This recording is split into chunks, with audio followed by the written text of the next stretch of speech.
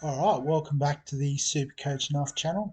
In this video, rather than doing a stock market video for round 27, given that most people are out of trades and a lot of the big players are done for the year, I thought what we'd do is we'd quickly have a bit of a run through, a bit of a team of the year sort of setup.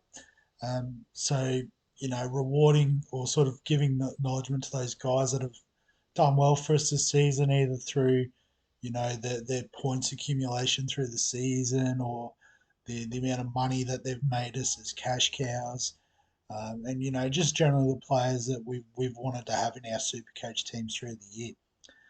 So, I guess as usual, we'll kick off with the hookers.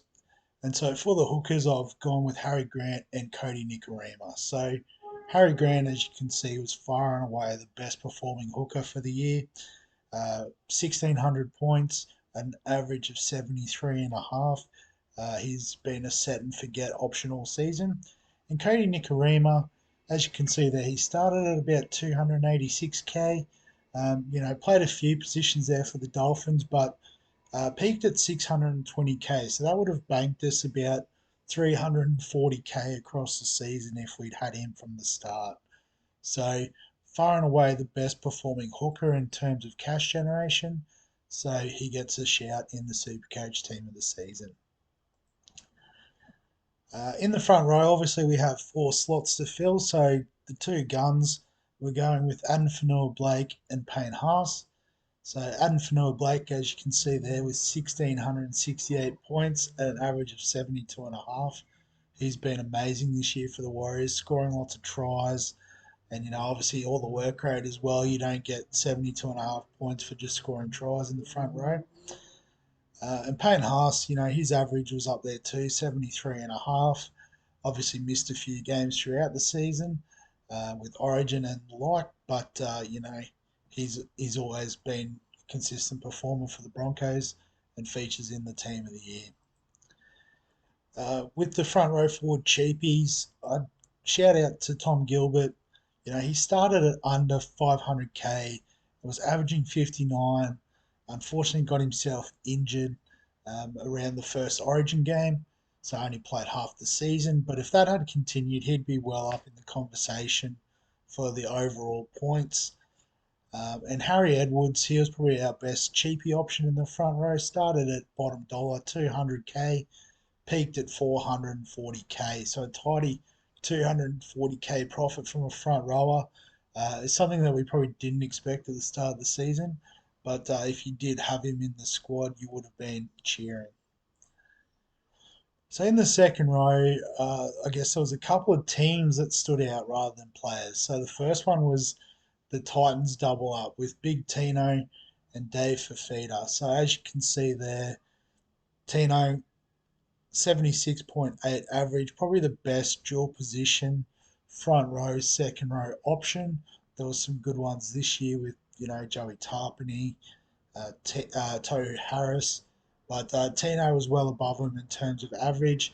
Did have a bit of a suspension, and obviously Origin meant he missed a few games, but give credit where credit is due. And Dave Fafita, averaging 81 across the season is immense. 1,700 points for the year. You know, he's back in form in terms of all things Supercoach. I guess the other team that was quite good and I guess in a way quite surprising for our second rows was the Eels. So Jermaine Hopgood, he was one of the most hyped up players in the preseason and he's absolutely delivered. 1,759 points, an average of 73 across the season. And while his price is a bit lower now, it had got as high as 737k, which is about 440,000 in profit. So absolutely massive effort from Jermaine. And Bryce Cartwright, 1,496 points this season. He's made us 434,000k, which I'm pretty sure going through it is the highest at the current time. Obviously, we do have 1 week to go, but a lot of the guys that are around him are also missing in action this week. So if you had told me at the start of the season that at the end of the year Bryce Cartwright would have made the most money, I probably would have been a bit skeptical. I know even for my team, I actually went with Matt Dury, who is starting on the opposite edge for the Eels. And unfortunately, that didn't work out for me. If I had Cardi, I probably would have had an even better time than what I've had. Uh, so the bottom dollar cheapies that we're given the sort of team of the season award to, Jacob Preston's the obvious one. You know, he averaged 60 across the season. He made us 375k in profit. You know, he was a really nice set and forget pick. And Dan Russell, who I forgot to look up a photo on, I did a quick search on NRL.com. And because he's only joined the team so late, he didn't pop up in the Dragons main team list. And then I just wanted to get this video out. So apologies to Dan. But, you know, as a late season cheapie, dual position, made us 210k. And that 47 average has actually been quite handy for us, given some of the carnage around our teams in the late end of the season. So he gets a special shout out.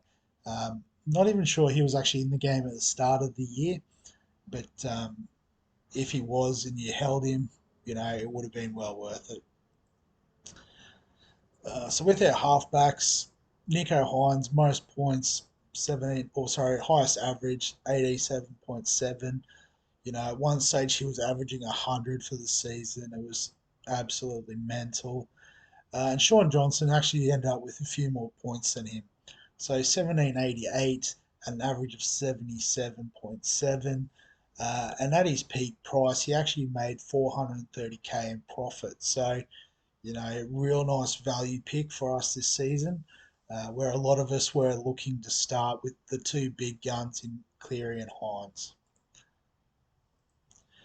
At the 5'8 position, I guess the obvious pick for player of the year in this position, Kalen Ponga. You know, it started off at 530k, but ever since he's moved back to fullback for the Knights, he's averaged 105. So that's since about round 13. Um, you know, he's been up over $1 million in price at one stage, so that's about 500,000 in profit. And Cody Walker, you know, he's been solid all year, averaging 70, giving us 1,475 points. In the centre wings, the two sort of guns that I've opted with is Jermaine Asako. You know, not only has he scored 1,745 points at 76 average, but he's also made us 324k on his starting price. So, absolutely great pick if you got on from the start. But I guess at any point when you've got on, you've been rewarded with points. And Greg Marzu, you know, 77.4 average, 1,470 points across the season. So wasn't first choice at the start of the year, but ever since he's come in, he's been an absolute machine. I guess the two cash cows I wanted to shout out, I think the obvious one is Charles Nickel Clockstad. So averaging 66.8 across the season. You know, he peaked in value at 776k for a player that we got for about 350k. So that's what 420k in profit. But he's been one I've held all season as a real value option. And the other one is Connolly Lemuelu. So centre wing option that was playing exclusively in the second row. Made us 330k profit as well across the season due to being undervalued, and then obviously his production in the second row. So yeah, and obviously if we had him and Dan Russell, that nice centre wing second row forward swing has been beautiful as well. And then the cheapies, so Will Warbrick I think's been the most consistent this season, so 1,098 points, 300k profit for the year. Lofi Khan Pereira, so he has cracked 1,000 points for the season, and at his peak price was actually higher than Will Warbrick. So um, shout out to AKP and Paul Alamotti. He was a popular pre-season or start of the season pick. Obviously, things didn't work out for the Dogs and their backline in particular, but you know he would have made us a couple of 100k. So that's what we wanted for the start of the season. And at fullback, Scotty Drinkwater, you know, 1,723 points, averaging 86.2 across the season. Uh, I can't remember exactly the numbers about his big run he had mid-season, other than at one stage he was close to $1.1 million in value. So that's ridiculous. And anyone that had him during that time was absolutely cheering as a super pod. And Reece Walsh, he made us more than 200k across the season if we'd held from the start, and averaging close to 80. So he's been awesome for the Broncos. Um, and those guys are my two picks for the best fullbacks this year. In saying that, a few honourable mentions. So obviously we can only have two halfbacks, but Clint Gutherson is actually the number one overall player in points going into round 27. Obviously he has the bye this week. I think Nico Hines is only about 50 points behind him. So you'd probably imagine that Nico will overtake him by the end of round 27. Um, but I guess just because Gutho started at quite a high price and those other guys were more value, I went with them. Britton Nicker is another one. He's in the top 10 overall for point scoring this season. A real sort of pot at the start of the year, but he's made himself well known in Supercoach circles now. Again, just his starting price and the amount of value that was there in the second row just meant I couldn't get him into this squad. And Nathan Cleary, obviously, a lot of the talk preseason was about set and forget in the halves. I guess not everyone was particularly keen on Sean Johnson or expecting him to go as well as he has this year. But I mean, Nathan Cleary's still in around the conversation for top 10 overall points. Average is right up there with the best. Um, so, yeah, we have to mention him. But again, you might have sort of picked up with the mix of guns and cheapies. This squad was actually one we could have started with at the beginning of the year, um, pending whether Dan Russell was actually in the game at the start of the year. I don't remember that far back. But I thought it's a good opportunity as well to just reflect a bit on the season, because I guess, I could do this post round 27, but then I'll probably be getting more into FPL and NFL mode. So I thought we could do it today instead of a stock market video, given, again, as I said, the carnage with team lists this round. But I guess the first thing with this season is just to remember it's a pretty unique season.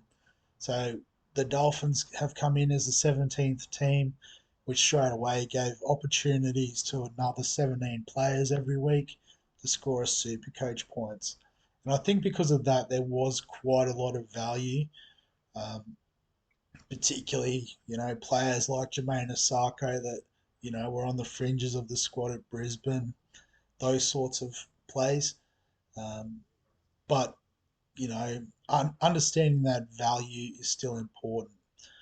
I guess as well, taking away from that, there is still an element of guns and rookies that we want to consider. So, guys like Harry Grant, Payne Haas, Dave Fafita, those guys that are clearly the best in their position. I use Payne Haas, but obviously Tino and Fanua Blake were around that mark. But we want to, set and forget those sort of players. And then those positions that offer a bit more value, such as our centre wing, our second row, is where we can rotate through those cash cows and generate the money that way. Goal kickers and out of position players are still awesome value. So in the centre wing, while I did mention Greg Marzu, in my initial draft of this team of the season, I did have Ruben Garrick. I guess the fact that he missed the last round meant that Nick Meaney jumped above him slightly in terms of overall points.